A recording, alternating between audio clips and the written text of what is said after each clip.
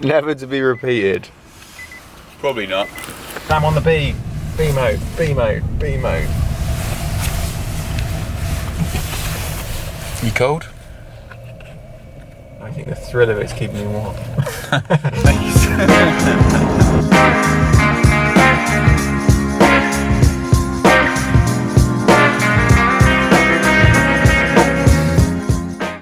This is it, the first leg of the journey. We've just got the vehicle and now we're setting off. It's something like 50 miles away, so we're going to see if we can make it to the first charger.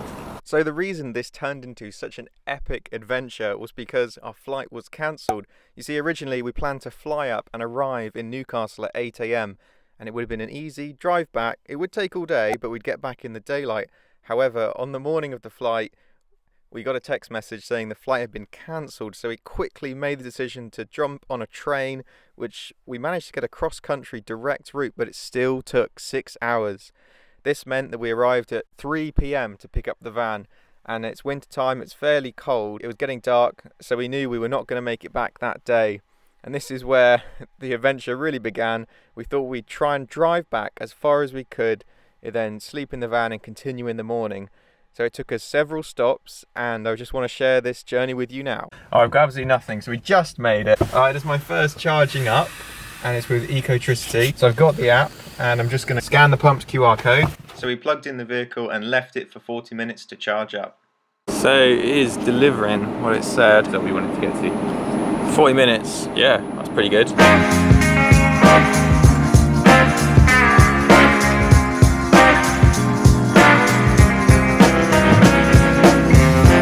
We're just charging up the electric van right now. It's all plugged in. Ecotricity have a problem with the chargers, so the electricity is free. That's nice. After lots of different charges, we've finally got into a kind of rhythm where we realised that you can get about 50 miles on each charge, and then it takes 40 minutes to charge up again.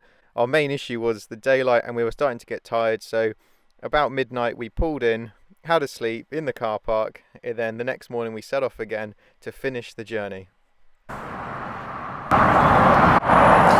Oh, it just flicked. We just arrived with 3%. It's just gone to 4. So we made it for our final stop for the night. Ecotricity charging up. Gonna get some sleep, sleep in the back of the van, and set off in the morning. Alright. Halfway there. Halfway there, just gone halfway. See, look at that. 106 amps. It's insane. When it gets to 70%, it drops to like 20, and then when it gets to 80%, it's down to 13 amps. So we can do 40 minutes here and then move it. As you know from previous videos, I've done a range test on both the 24 and the 40 kilowatt hour battery, so I knew what I was getting myself in for. I've also got some exciting new plans about what I'm going to do with the interior, and next week I'll be showing a video of a layout plan that I've put in at the back, which is just a temporary kind of camper van, but it's quite neat, so I'm excited to share that with you next week. We've been travelling for ages.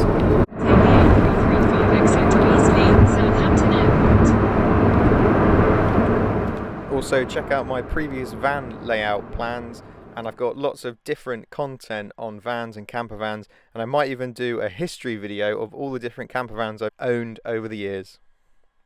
So 350 miles later, 7 charges, we finally made it back. 2 cents. There were 2 cents of the vehicle.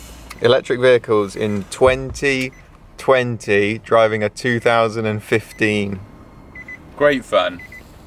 Very tiring. Definitely an adventure. So you might be wondering, how do you charge an electric vehicle? It is pretty simple. You just download the app and you drive up to a charging point, plug it in and click start. And then usually 40 minutes later, you've got around an 80% battery and you're ready to go on your way. Please note that this is only the 24 kilowatt hour van. They do have a 40 kilowatt hour van, which is now available, so that has a much extended range. In real life, this one actually does around 50 miles, 50 to 60 miles, whereas the new one should do at least 100. My kind of plan with this vehicle is to turn it into a camper van and do lots of local trips, perhaps abroad, but we'd be staying on campsites, so we'd be able to charge up overnight and then do another 30 or 40 miles to the next one and charge up again.